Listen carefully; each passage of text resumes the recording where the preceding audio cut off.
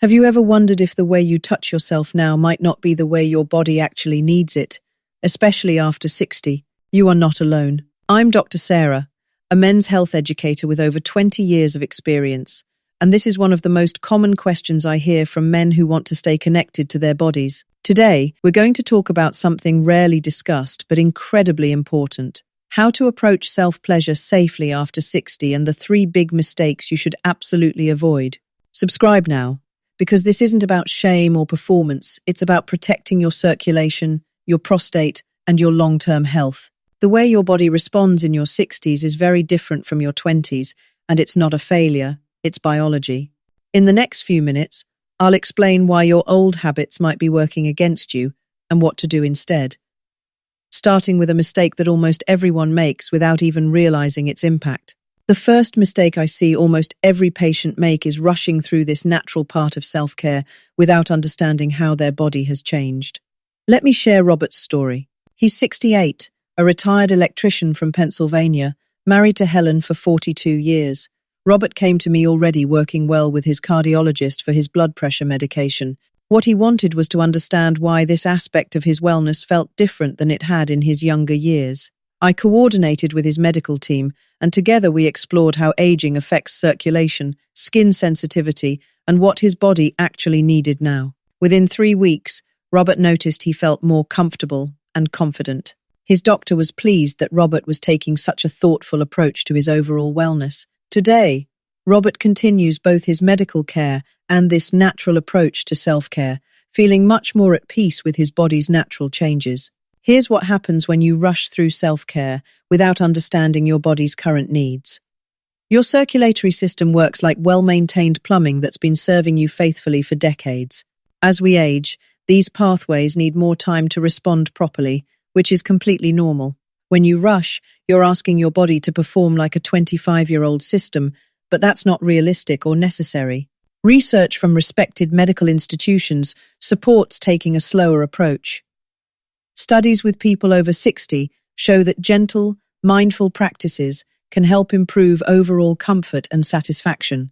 In my practice, when patients embrace this patient approach with their doctor's knowledge, they often tell me they feel more connected to their bodies rather than fighting against natural changes. What rushing actually does is create unnecessary stress on sensitive tissues and prevents your circulatory system from responding naturally. Think of it like trying to force a classic car to accelerate like a sports car. You're more likely to cause problems than achieve your goal. Your body at 60 or 70 has wisdom and experience, but it needs respect for its current capabilities. The second major mistake, and this one surprises many people, is using excessive pressure or friction. I see this constantly because men often think they need to compensate for decreased sensitivity by applying more force. This creates the exact opposite of what you want. It can actually reduce sensitivity over time and cause uncomfortable irritation. Your skin has naturally become thinner and more delicate as part of the aging process. This isn't a weakness, it's simply how our largest organ adapts over time. What worked in your 30s may now cause discomfort or even minor injury that takes much longer to heal than it used to.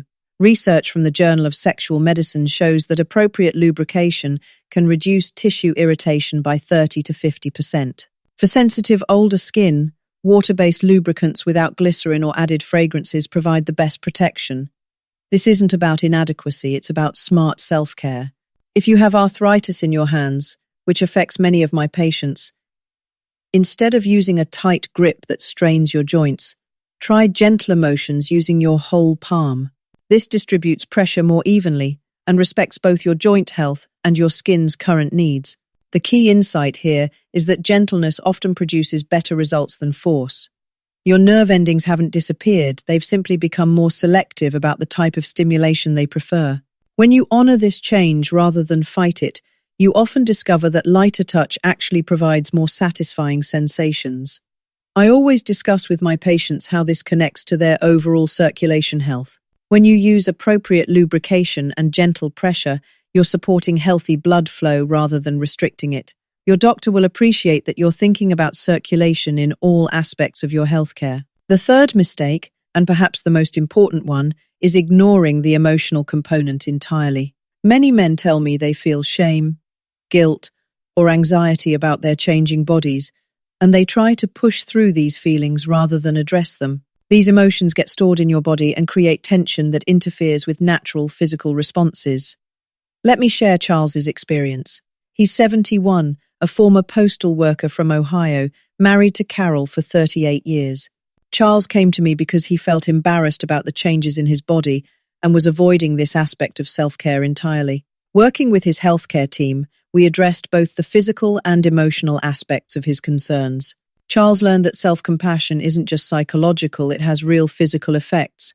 Within a month, he reported feeling less tense overall and more accepting of his body's natural evolution. His doctor noted that his blood pressure readings were more stable, which often happens when we reduce emotional stress around health concerns.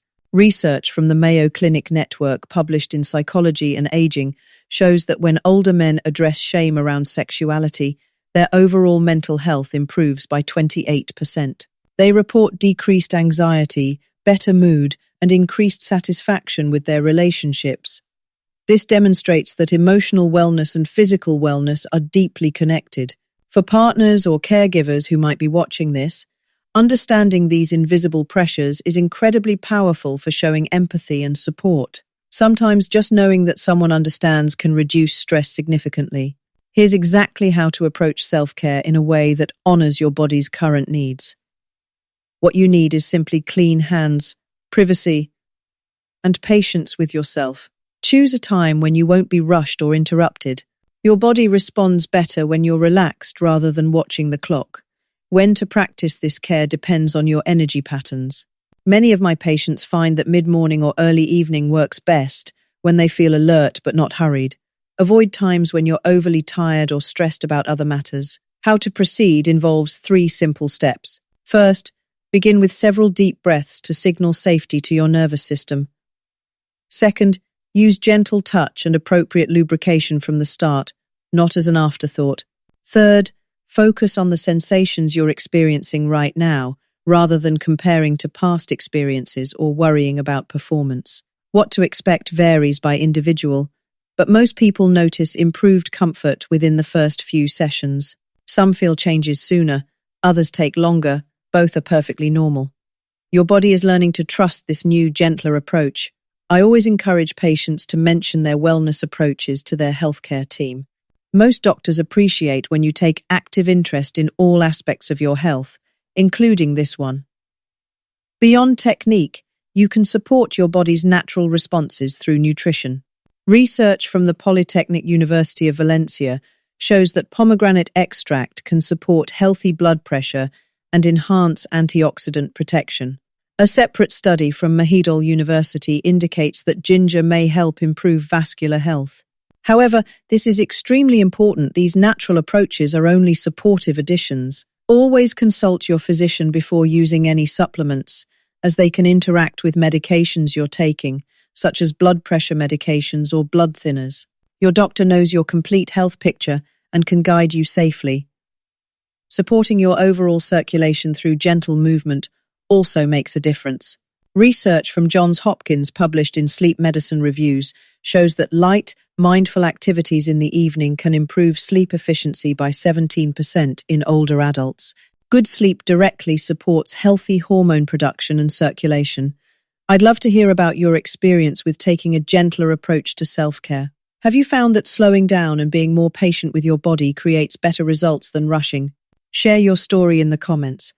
The wonderful thing about this gentler approach is that it supports your body's natural wisdom rather than working against it. Your circulatory system, your nervous system, and your emotional well-being all benefit when you treat yourself with the patience and respect you deserve.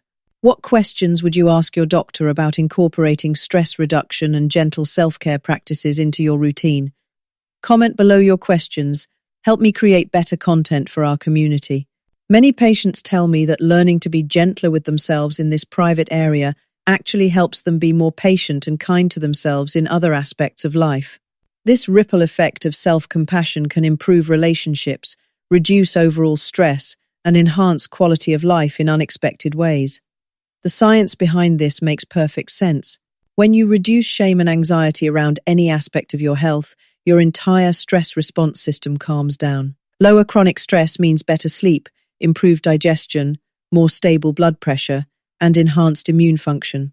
Your body doesn't separate emotional stress from physical stress, it responds to both the same way. Your approach to intimate self-care is actually a form of stress management that your doctor would likely support, especially if you frame it as part of your overall wellness routine. Many physicians are increasingly recognizing that emotional well-being directly impacts physical health outcomes. Remember that your body at 60 or 70 or beyond isn't broken or failing.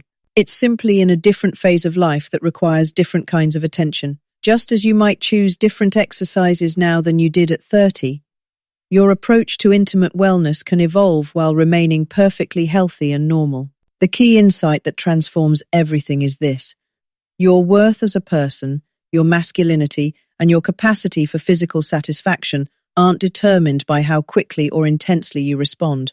They're determined by how kindly and wisely you treat the body that has served you faithfully for decades. When patients embrace this perspective, they often discover that their intimate experiences become more satisfying, not less.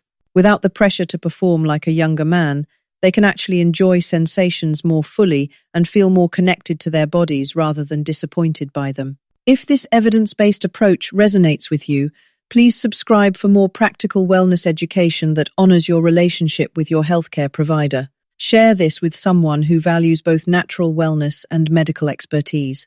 Your body deserves your patience, your understanding, and your gentleness.